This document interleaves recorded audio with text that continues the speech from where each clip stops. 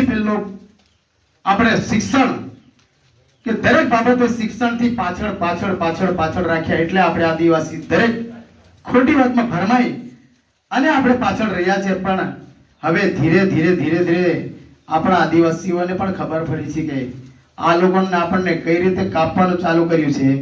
તો હવે તમારા જેવા નવયુવાન મિત્રો, માતા બહેનો, એવો ને ખબર પડી છે કે આપણે બધા છે ને આ ચૈતરભાઈ દેડિયાપાડા ધારાસભ્ય એ આદિવાસીઓના પ્રેમી, આદિવાસીઓના ચાહક બની આદિવાસીઓ ને ખબર પડી કે હો ચૈતરભાઈ એક જ એવો વ્યક્તિ છે કે આદિવાસી માટે લડે. હે, આદિવાસીના અન્યાય થતો એના માટે ચૈતરભાઈ હોય આગળ. આદિવાસીઓના વિસ્તારની અંદર જે યોજનાઓના નામે ભ્રષ્ટાચાર કરે છે તો ચૈતરભાઈ આવે છે. આદિવાસી વિસ્તારની અંદર બેન દીકરીઓનો જ્યારે અત્યાચાર થતો હોય છે ત્યારે ચૈતરભાઈ આવે છે. ગુજરાતની અંદર દરેક ગામડે ગામડે ચૈતરભાઈ જઈને ઉભા રહે છે.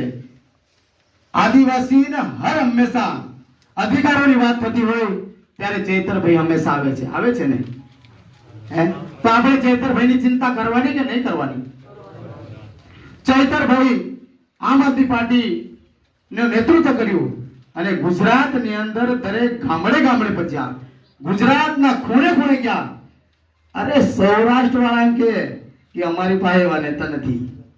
વિચાર કરો, સૌરાષ્ટ્રમાં મેં વિસાવદરમાં જ્યાં ને ત્યારે કે ચૈતરભાઈ તમારા તો બહુ ખતરનાક યાર કે. તો મેં કીધું આ અમારા આદિવાસીનું ખૂણ છે, તમને હજુ ખબર નહીં મળે. આ અત્યારે ઉકળો હમણાં ગરમ થવા દે, ઉકળે ને ઉકળતું થશે ને ત્યારે તમારા એ જે ભાજપના જે આપણા ગુંડાગર્દી કરે એના તો ખાલી ઉકળતું થઈ જાય ત્યારે તેના પિસરા નીકળી જાય. અડધા તો બાર નીકળી જ જશે, હમણાં ટાલ પડી જ જશે.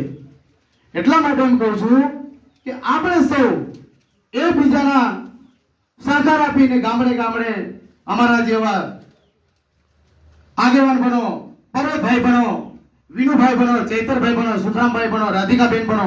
મહિલાઓને પણ સાથે લાવો, તેમને પણ ભણાવો, લોકોને આપણે સંદેશો મોકલો. અત્યારે તો ભાજપ વાળા કે છે અલા મારે ચૂંટણી લડવાનું છે, ટિકિટ આપે હમણાં આવતો રહો. મેં કીધું તો આખી જિંદગી તમે ભાજપમાં રહે 30 વર્ષથી શાસનમાં છો, હજુ આ ફરિયાદ નહીં, તમે હજુ પેટર્ન નહીં ભરાયું. તો કે અમારા નવયુવાન મિત્રો આજનો નવો યુગ છે, પેલો કળિયુગ કેટલા મને સત્યુગ તૈયાર